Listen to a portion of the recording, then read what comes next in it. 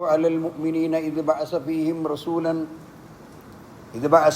رسولا من أنفسهم يتلو عليهم آياته ويزكيهم ويعلمهم الكتاب والحكمة وإن كانوا من قبل لفي ضلال مبين. ബഹുമാന്യരായ സഹോദരന്മാരെ, സഹോദരികളെ, സർവശക്തനായ അള്ളാഹുവിനെ തൻ്റെ ജീവിതത്തിൻ്റെ എല്ലാ നിലപാടുകളിലും സൂക്ഷിച്ചുകൊണ്ട് ഒരു യഥാർത്ഥ വിശ്വാസിയായി തഖ്വയോടെ ജീവിക്കണമെന്ന് എന്നോടും നിങ്ങൾ ഓരോരുത്തരോടും ഞാൻ ആദ്യമായി ഉണർത്തുകയാണ്. പ്രവാചകനോടുള്ള മഹബ്ബത്ത് അഥവാ സ്നേഹം, ഇഷ്ടം, ഇത് ഒരു വിശ്വാസിയെ സംബന്ധിച്ചിടത്തോളം സ്വാഭാവികമായും ഉണ്ടാകുന്ന ഒരു കാര്യമാണ്. മറ്റൊരർത്ഥത്തിൽ അത് നിർബന്ധമാണ്.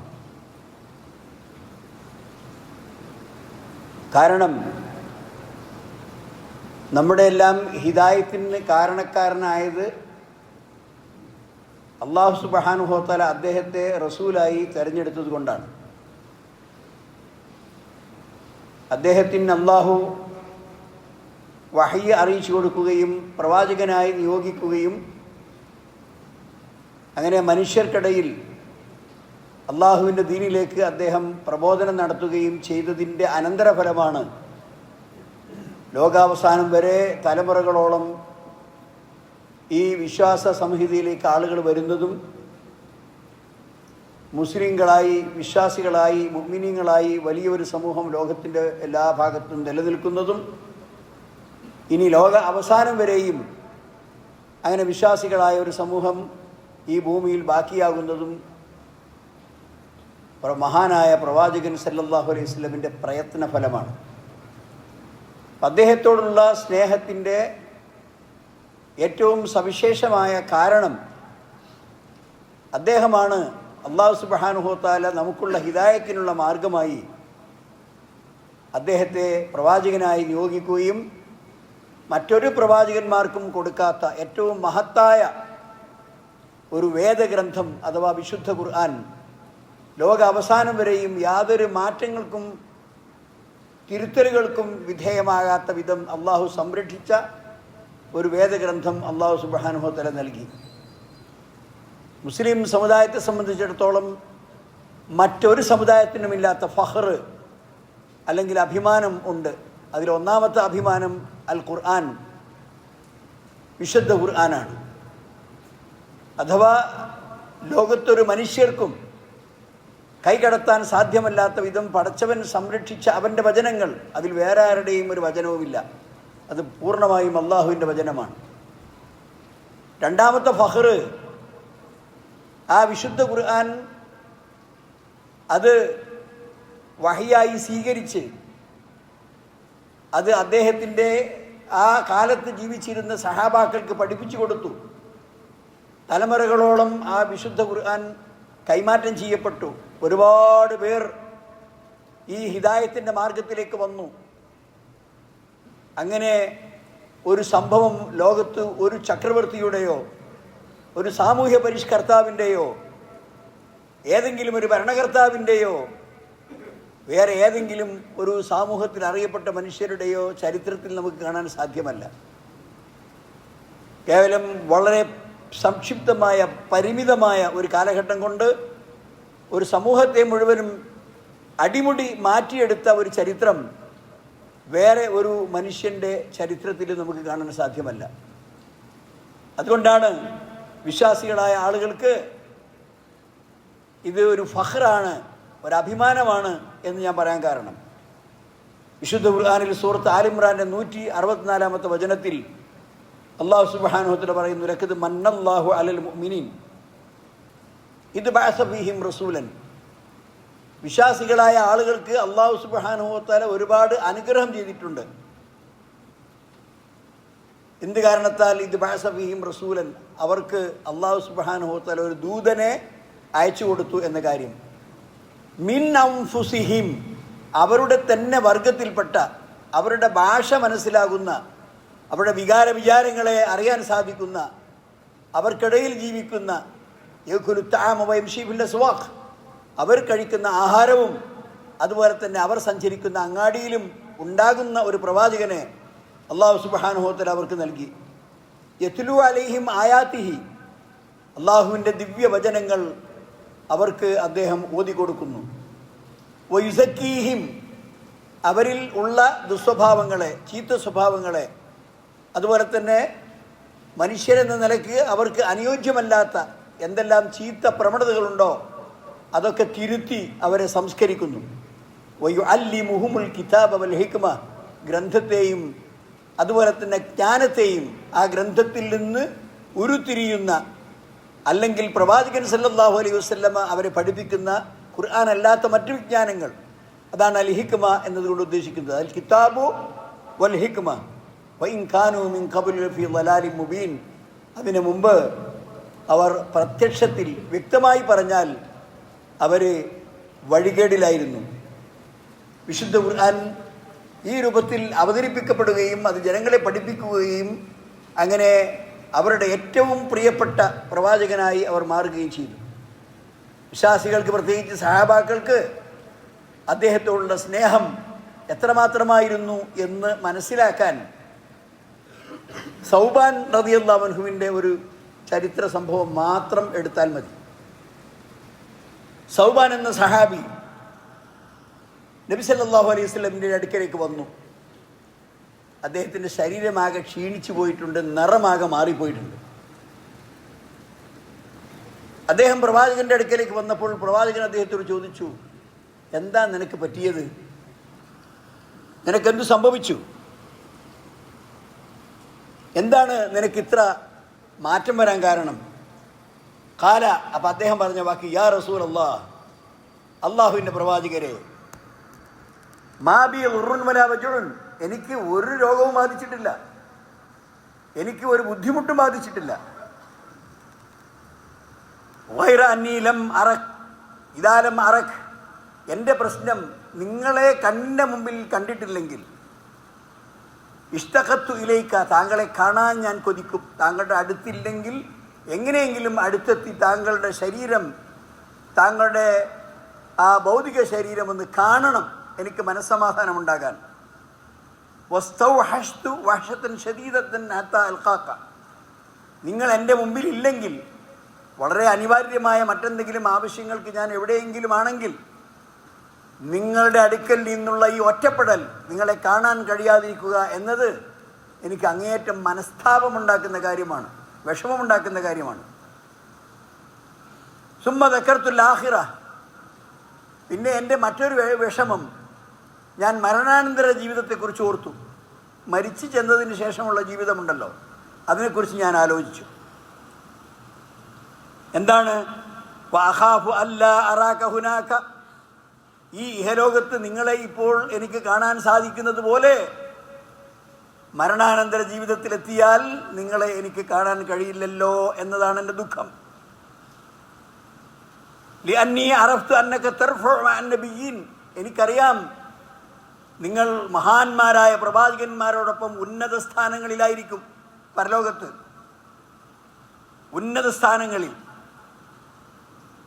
വഅന്നി ഇദാ ദഖൽതുൽ ജന്ന കുൻതു ഫീ മൻസിലത്തിൻ ഹിയ അദ്നാ മിൻ മൻസിലത്തിക. സഹോദരന്മാരെ ശരിക്കും മനസ്സിലാക്കണം, അഥവാ എനിക്ക് സ്വർഗപ്രവേശനത്തിന് ഭാഗ്യം ലഭിച്ചാൽ തന്നെ ഞാൻ താങ്കളുടെ എത്രയോ താഴെയുള്ള പദവിയിലായിരിക്കും.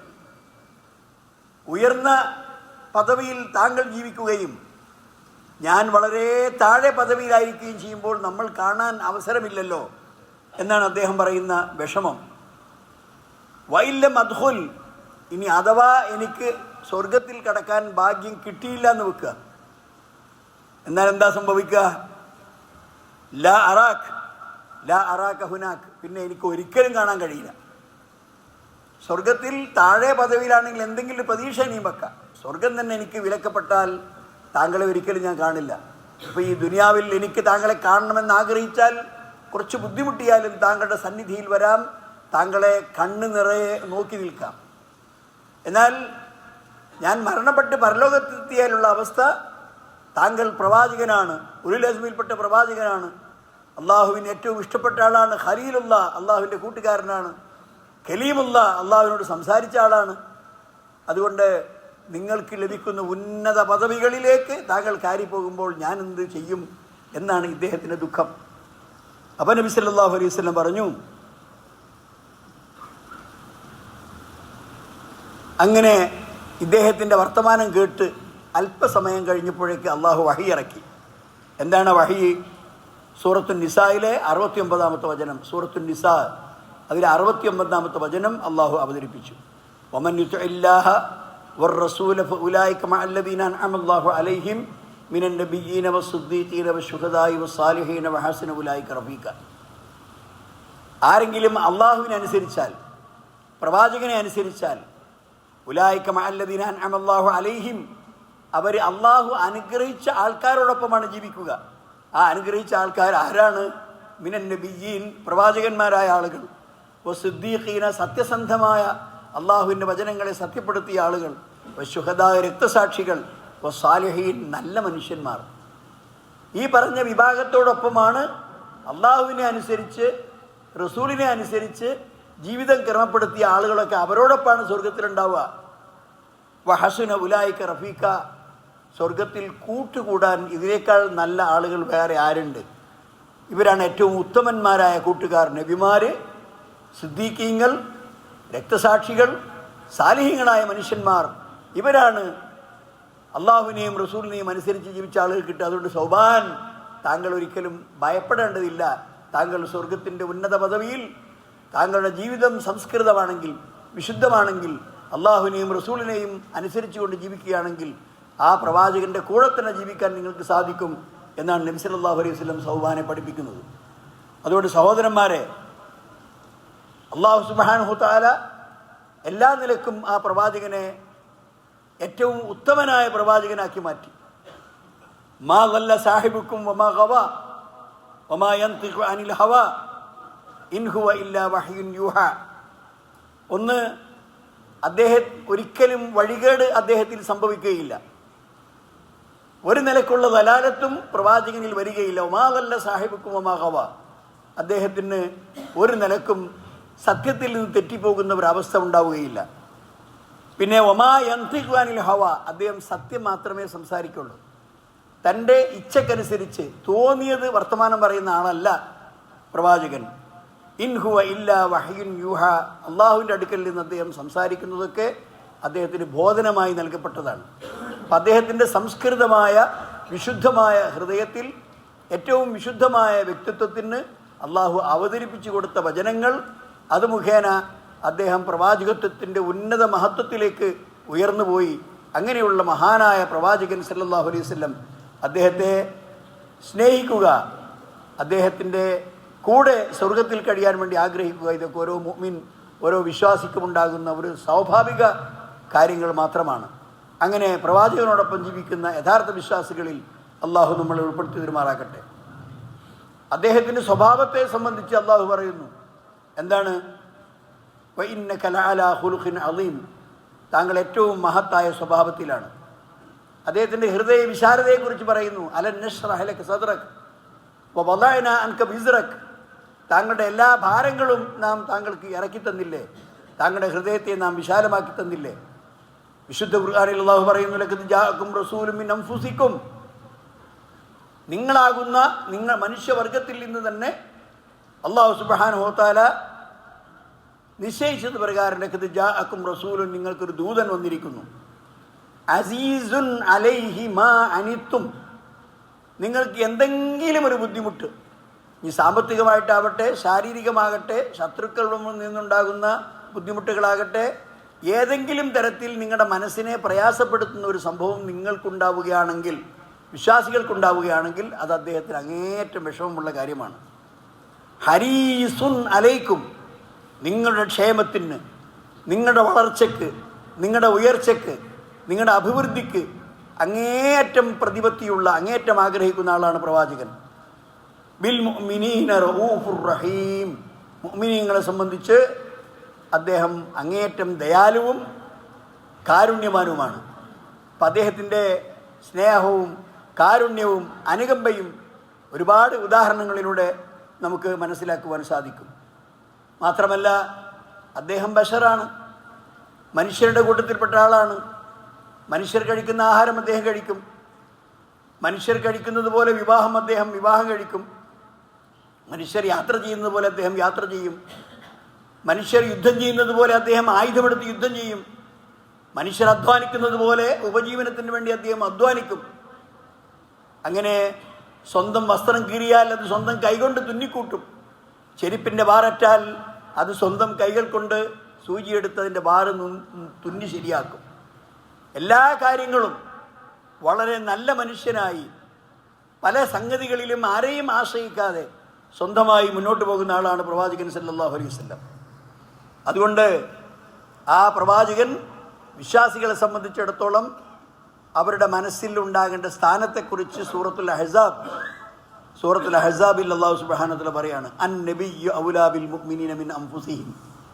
സ്വന്തം ശരീരത്തേക്കാൾ ഏറ്റവും പ്രിയപ്പെട്ടവനാണ് വിശ്വാസികളെ സംബന്ധിച്ചിടത്തോളം പ്രവാചകൻ. വ അസ്വാജുഹു ഉമ്മഹാത്തുഹും. ആ പ്രവാചകൻ്റെ ഭാര്യമാർ അവരുടെ ഉമ്മമാരാണ്.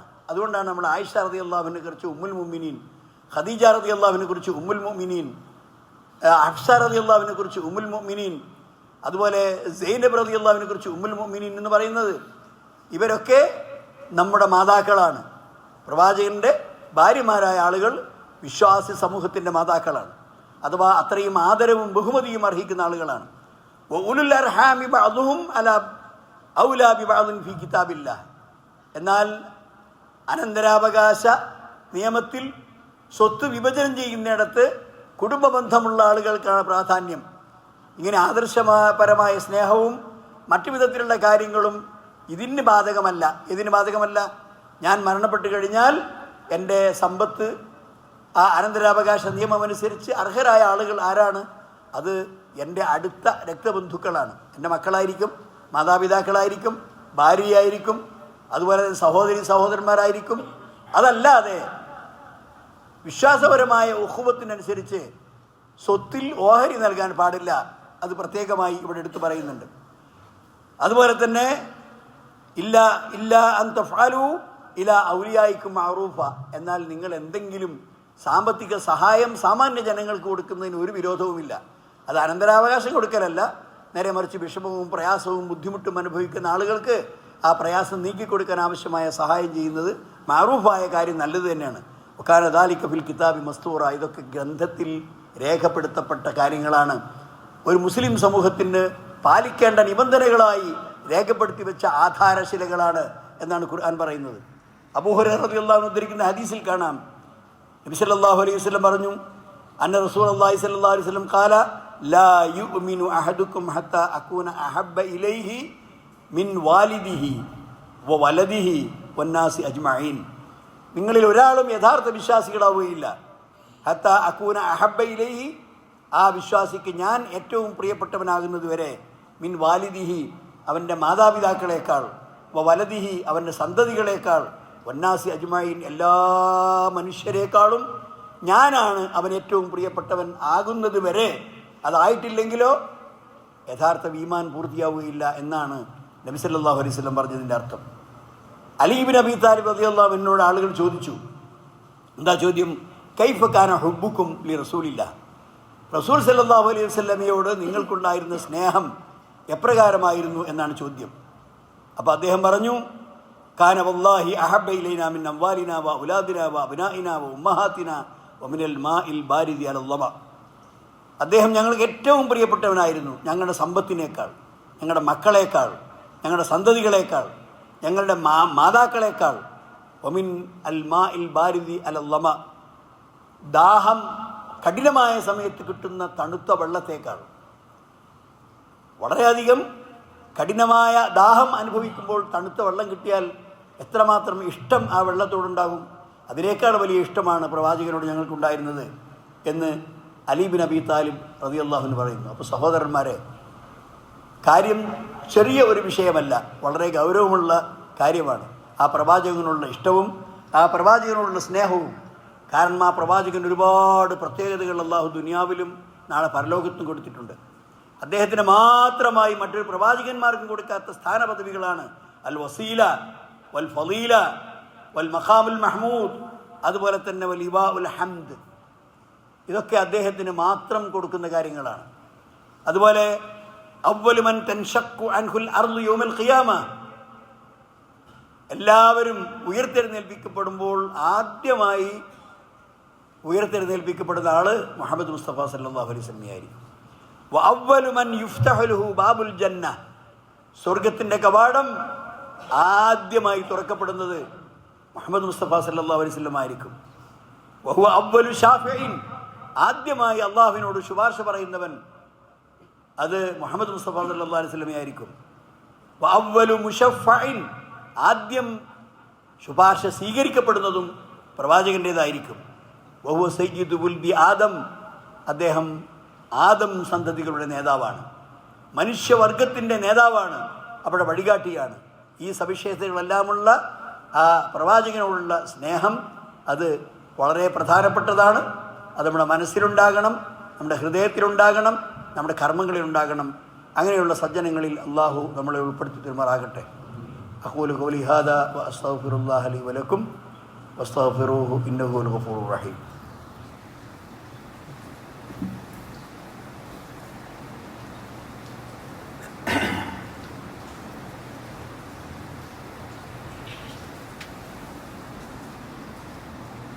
അൽഹംദുലില്ലാഹ് അല്ലദീ ഹദാനാ ലിഹാദാ വമാ കുന്നാ ലിനഹ്തദിയ ലൗലാ അൻ ഹദാനല്ലാഹ്. അല്ലാഹുമ്മ സ്വല്ലി വസല്ലിം വബാരിക് അലാ അബ്ദിക വറസൂലിക മുഹമ്മദ് വഅലാ ആലിഹി വസഹ്ബിഹി വല്ലദീന തബഉഹും ബിഇഹ്സാൻ ഇലാ യൗമിദ്ദീൻ. അമ്മാ ബഅദ്. പ്രിയമുള്ള സഹോദരന്മാരെ, സഹോദരികളെ, ഒന്നുകൂടി അള്ളാഹുവിനെ സൂക്ഷിക്കണമെന്ന് എന്നോടും നിങ്ങളോടും ഞാൻ ഉത്ബോധിപ്പിക്കുകയാണ്. നബി സല്ലല്ലാഹു അലൈഹി വസല്ലമയോട് എന്ത് സമീപനമാണ് വിശ്വാസികൾക്കുണ്ടാകേണ്ടത് എന്നത് കഴിഞ്ഞ എൻ്റെ ഒന്നാമത്തെ ഖുത്ബയിൽ നിങ്ങൾ മനസ്സിലാക്കി. ആ പ്രവാചക നിയോഗത്തെ പരാമർശിച്ചുകൊണ്ട് ഖുർആൻ പറയുന്നു സൂറത്തുൽ അഹ്സാബിൻ്റെ 45-46 വചനങ്ങളിൽ, യാ അയ്യുഹൻ നബിയ്യു ഇന്നാ അർസൽനാക ഷാഹിദൻ വമുബശ്ശിറൻ വനദീറ വദാഇയൻ ഇലല്ലാഹ് ബിഇദ്നിഹി വസിറാജൻ മുനീറ. അല്ലയോ പ്രവാചകരെ, ഇന്നാ അർസൽനാക, താങ്കളെ നാം നിയോഗിച്ചത് ഷാഹിദൻ, സാക്ഷിയായിട്ടാണ്. അഥവാ പരലോകത്ത് നമ്മുടെ കർമ്മങ്ങൾക്ക് സാക്ഷിയായി ആ മനുഷ്യ സഞ്ചയത്തിൻ്റെ മുമ്പിൽ അതിനെ ഹാജരാക്കപ്പെടും. കൈഫ ഇദാ ജിഇനാ അലാ ഹൗലായി ഷഹീദ, സൂറത്തുൻ നിസാഇൻ്റെ ആ വചനം ഓതി കേൾപ്പിക്കപ്പെട്ടപ്പോഴാണ് പ്രവാചകൻ സല്ലല്ലാഹു അലൈഹി വസല്ലം ധാരധാരയായി കണ്ണുനീർ പൊഴുക്കിക്കൊണ്ട് കരഞ്ഞത് എന്ന് ഹദീസിൽ കാണാൻ സാധിക്കും. അപ്പോൾ ഈ മനുഷ്യവർഗത്തിൻ്റെ സാക്ഷിയായി അവരുടെ ഹിദായത്തിൻ്റെയും ദലാലത്തിൻ്റെയും അദ്ദേഹത്തിന് നൽകപ്പെട്ട ഡ്യൂട്ടി നിർവഹിച്ചു എന്ന് അദ്ദേഹത്തിന് ഉറപ്പുള്ളതുകൊണ്ട് പിന്നെ അവർ വഴിപിഴക്കുന്നതൊക്കെ അവരുടെ ധിക്കാരം കൊണ്ടാണ് എന്നുള്ളതാണ് ആ സാക്ഷിത്വത്തിൻ്റെ അർത്ഥം. അപ്പോൾ മുബശ്ശിറൻ, നല്ലത് പ്രവർത്തിക്കുന്ന ആളുകൾക്ക് നല്ലതുണ്ട് എന്ന് സന്തോഷവാർത്ത കൊടുക്കുന്നവനും, നദീറൻ, വഴിതെറ്റി ജീവിക്കുന്നവർക്ക് ശിക്ഷയുണ്ട് എന്ന് മുന്നറിയിപ്പ് കൊടുക്കുന്നവനുമാണ്. ദാഇയൻ ഇലല്ലാഹ്, അള്ളാഹുവിൻ്റെ അടുക്കലേക്ക് ക്ഷണിക്കുന്ന ആൾ. വേറെ ഒരു ഡ്യൂട്ടിയും ഇല്ല. എന്താണ് അദ്ദേഹത്തിൻ്റെ ഡ്യൂട്ടി? അദ്ദഅവതു ഇലല്ലാഹ്, അള്ളാഹുവിലേക്ക് ആളുകളെ വിളിക്കുക, അള്ളാഹുവിൻ്റെ മാർഗത്തിലേക്ക് ജനങ്ങളെ തിരിച്ചുവിടുക, ജനങ്ങൾക്ക് ഹിദായത്ത് കാണിച്ചു കൊടുക്കുക. ദാഇയൻ ഇലല്ലാഹ്, അള്ളാഹുവിൻ്റെ അടുക്കലേക്ക് ക്ഷണിക്കുന്നവൻ, ബിഇദ്നിഹി, അള്ളാഹുവിൻ്റെ അനുമതിയോടുകൂടി, വസിറാജം മുനീറ, പ്രവാചകനെ അള്ളാഹു ഹോമിച്ചത് ഒരു കത്തുന്ന വിളക്കിനോടാണ്. സിറാജ് എന്ന് പറഞ്ഞ വിളക്കാണ് അർത്ഥം. പ്രകാശിക്കുന്ന ഇരുട്ടിൽ നിന്ന് മനുഷ്യർക്ക് നന്മയിലേക്ക് വെളിച്ചം കാണിച്ചു കൊടുക്കുന്ന ഒരു വലിയ വിളക്ക് മാടമാണ് മുഹമ്മദ് മുസ്തഫ സല്ലല്ലാഹു അലൈഹി വസല്ലം എന്ന് നമ്മൾ മനസ്സിലാക്കണം. വമാ അർസൽനാക ഇല്ലാ റഹ്മത്തൽ ലിൽ ആലമീൻ, വിശുദ്ധ ഖുർആനിൽ സൂറത്തുൽ അംബിയ അതിൻ്റെ 107-ാമത്തെ വചനത്തിൽ, ജനങ്ങൾക്ക് ഈ മാലോക എല്ലാ മനുഷ്യർക്കും റഹ്മത്തായിട്ടാണ്, കാരുണ്യമായിട്ടാണ് താങ്കളെ നാം നിയോഗിച്ചത്. അങ്ങനെയുള്ള ആ പ്രവാചകനോട് സ്നേഹമുണ്ടെങ്കിൽ എന്തു വേണം? ഇത്തിബാഴ് വേണം. എന്താ ഇത്തിബാഴ് എന്ന് പറഞ്ഞാൽ? എന്താണോ ആ പ്രവാചകൻ കാണിച്ചു തന്നത് അത് പിൻപറ്റി ജീവിക്കുക. അതിൽ നിന്ന് തെന്നിപ്പോകാതിരിക്കുക. വിശുദ്ധ ഖുർആനിൽ പ്രവാചകൻ പറഞ്ഞു, കുൽ ഇൻ കുൻതും തുഹിബ്ബൂനല്ലാഹ ഫത്തബിഊനി യുഹിബ്ബുകുമുല്ലാഹ്. നിങ്ങൾക്ക് അള്ളാഹുവിനോട് ഇഷ്ടമുണ്ടെങ്കിൽ ഫത്തബിഊനി, ഞാൻ പറയുന്ന കാര്യങ്ങൾ കേൾക്കണം, അത് പിൻപറ്റി ജീവിക്കണം. യുഹിബ്ബുകുമുല്ലാഹ്, എന്നാൽ എന്നെ ഇത്തിബാഅ് ചെയ്താൽ, എന്നെ അനുസരിച്ച് ജീവിച്ചാൽ അള്ളാഹുവിന് നിങ്ങളോട് സ്നേഹമുണ്ടാകും. വയഗ്ഫിർ ലക്കും ദുനൂബക്കും, നിങ്ങളുടെ കുറ്റങ്ങൾ അള്ളാഹു പുറത്തു തരും. അല്ലാഹു ഗഫൂറുർ റഹീം, അള്ളാഹു അങ്ങേയറ്റം പാപങ്ങൾ പൊറുക്കുന്നവനാണ്. അപ്പോൾ സഹോദരന്മാരെ, ഇത്തിബാഅ്, ആ ഇത്തിബാഅ് എന്ന് പറഞ്ഞാൽ ചില സംഗതിയല്ല. ആ പ്രവാചകൻ പഠിപ്പിച്ച കാര്യങ്ങളെ വാക്കുകൊണ്ടും പ്രവൃത്തി കൊണ്ടും മാതൃക കൊണ്ടും അദ്ദേഹം മനുഷ്യരുടെ ഇടയിൽ പ്രചരിപ്പിച്ച ആ സന്മാർഗം, അതിനെ പിൻപറ്റൽ വളരെ നിർബന്ധമായ കാര്യമാണ്. അതിനാണ് ഇത്തിബാഅ് എന്ന് പറയുന്നത്. കാരണം ഓരോ കർമ്മങ്ങൾക്കും നിബന്ധനകളുണ്ട്. സമയം, എണ്ണം, അതേപ്രകാരം തന്നെ അതിൻ്റെ അവസരങ്ങൾ, ഇതെല്ലാ കാര്യങ്ങളും ഒത്തുവരണം. ഇപ്പോൾ സമയം വളരെ പ്രധാനപ്പെട്ടതാണ്. ഹജ്ജ്, അതിൻ്റെ ഹജ്ജിൻ്റെ സമയത്തേ ചെയ്യാൻ പറ്റുള്ളൂ. ഇപ്പോൾ പോയിട്ട് ഹജ്ജ് ചെയ്യാൻ പറ്റുമോ? ഇല്ല. ആ ഹജ്ജ് അഷ്ഹുറുൽ ഹജ്ജിൽ മാത്രമേ ഹജ്ജ് നിർവഹിക്കാൻ പറ്റുള്ളൂ. അതുപോലെ ഓരോ നമസ്കാരത്തിനും ഇന്ന സലാത്ത് കാനത്ത് അൽ മുഅ്മിനീന കിതാബൻ മൗഖൂത, സമയം നിർണയിച്ച ആരാധനയാണ് നമസ്കാരം എന്ന് പറയുന്നത്. അപ്പോൾ സമയമുണ്ട്, എണ്ണമുണ്ട്. എന്താണ് എണ്ണം? നബി സല്ലല്ലാഹു അലൈഹി വസല്ലം പറഞ്ഞു, ഓരോ ഫർദ് നമസ്കാരങ്ങൾക്ക് ശേഷവും എന്താണ് സുബ്ഹാനല്ലാഹ് 33, അൽഹംദുലില്ലാഹ് 33, പിന്നെ അല്ലാഹു അക്ബർ 33. ഈ 33 തവണ പറയണം എന്ന് എണ്ണം കൊണ്ട് തന്നെ പറഞ്ഞു. അപ്പം നമ്മളെ സംബന്ധിച്ചിടത്തോളം എനിക്കെന്തേ 33, ഞാനൊരു 100 പ്രാവശ്യം കൊണ്ട് പറയട്ടെ എന്ന് പറഞ്ഞാൽ ആ സമയത്ത്, ആ സന്ദർഭത്തിൽ, ആ സ്ഥലത്ത് നമസ്കാരത്തിന് ശേഷം പറയേണ്ടത് 33 തവണയാണ്. അപ്പം അതനുസരിച്ചേ പറ്റുള്ളൂ. ഇങ്ങനെ ഓരോ കാര്യങ്ങളും പ്രവാചകനെ സംബന്ധിച്ചിടത്തോളം ഇത്തിബാഅ് പ്രധാനമാണ്. എന്നാൽ ഈ ഇത്തിബാഅ് ഇല്ലാതിരിക്കുകയും എന്നാൽ പ്രവാചക സ്നേഹം എന്ന് പറഞ്ഞ് കൊട്ടിഘോഷിക്കുകയും ചെയ്യുന്ന ഒരു കാര്യം ഇനി ഇൻഷാ അല്ലാഹ് ഈ റബീഉൽ അവ്വലൊക്കെ വരാൻ പോവുകയാണല്ലോ. എന്താണ്?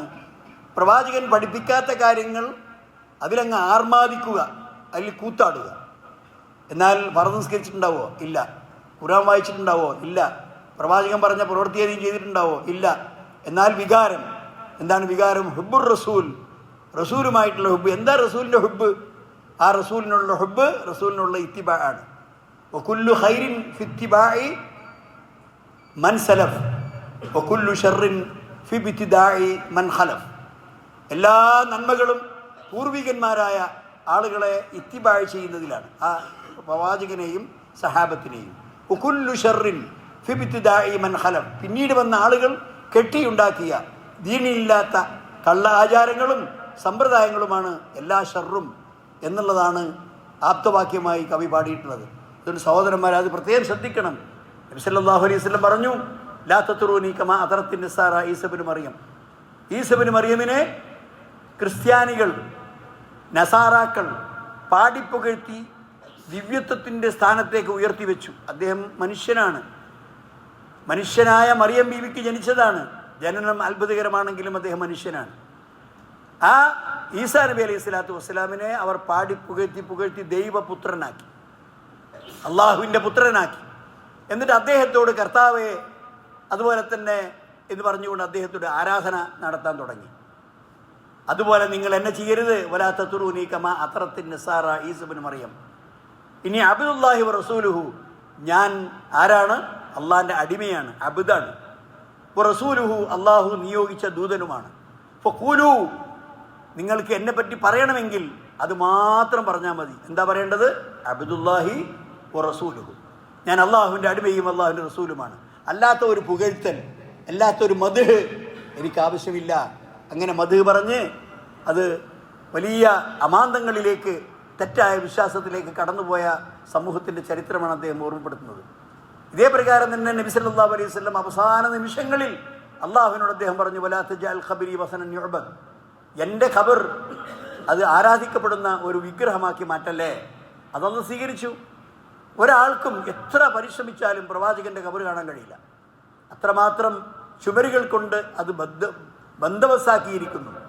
അതിനർത്ഥം ആ ഖബർ കെട്ടിപ്പൊക്കി എന്ന അർത്ഥത്തിലല്ല. ആ ചുമരിൻ്റെ ഉള്ളിൽ ഉള്ള കബറ് സാധാരണ കബറിൻ്റെ ഉയരം മാത്രമേ അതിനുള്ളൂ. പക്ഷേ ആളുകൾ അത് അനാവശ്യമായി ദുരുപയോഗപ്പെടുത്താതിരിക്കാൻ വേണ്ടി അത് സംരക്ഷിക്കപ്പെട്ടിരിക്കുന്നു. അത് പടച്ചവനാണ് അങ്ങനെ ഒരു തീരുമാനമെടുത്തത്. അതുകൊണ്ട് അത് പ്രവാചകൻ്റെ ദഅവത്തിനുള്ള ഉത്തരം കിട്ടിയതാണ്. എന്താ ദഅവത്ത്? ലാ തജഅൽ ഖബരി വസനൻ യുഅബദ്. എൻ്റെ ഖബറ് ആരാധിക്കപ്പെടുന്ന ഒരു വിഗ്രഹമാക്കി മാറ്റല്ലേ. അങ്ങനെ ഒരു മനുഷ്യനും ഇന്ന് പ്രവാചകൻ്റെ ഖബറിനെ ആരാധിക്കാൻ കഴിയില്ല. സഹോദരന്മാരെ, ഇതാണ് ഒരു മുസ്ലിമിൻ്റെ അഖീദ, ഇതാണ് ഒരു മുസ്ലിമിൻ്റെ തരീഖ്, ശരിയായ മാർഗം. ആ മാർഗം പിൻപറ്റി ജീവിക്കുന്ന നല്ല വിശ്വാസികളിൽ അല്ലാഹു സുബ്ഹാനഹു വ തആല നമ്മളെ ഉൾപ്പെടുത്തുമാറാകട്ടെ. റബ്ബനാ തഖബ്ബൽ മിന്നാ ഇന്നക അൻതസ് സമീഉൽ അലീം വതുബ് അലൈനാ ഇന്നക അൻതത് തവ്വാബുർ റഹീം. റബ്ബനാ ഇഗ്ഫിർ ലനാ യാ ഗാഫിറൽ മുദ്നിബീൻ. റബ്ബനാ സ്രിഫ് അന്നാ അദാബ ജഹന്നം ഇന്ന അദാബഹാ കാന ഗറാമാ ഇന്നഹാ സാഅത് മുസ്തഖറൻ വ മുഖാമാ. ربنا هب لنا من أزواجنا وذرياتنا قرة أعين واجعلنا للمتقين إماما. اللهم اغفر للمؤمنين والمؤمنات والمسلمين والمسلمات والأحياء منهم والأموات إنك مجيب الدعوات يا قاضي الحاجات. ربنا توفنا مسلمين وألحقنا بالصالحين. ربنا آتنا في الدنيا حسنة وفي الآخرة حسنة وقنا عذاب النار. وآخر دعوانا أن الحمد لله رب العالمين. اللهم صل وسلم وبارك على عبدك ورسولك محمد.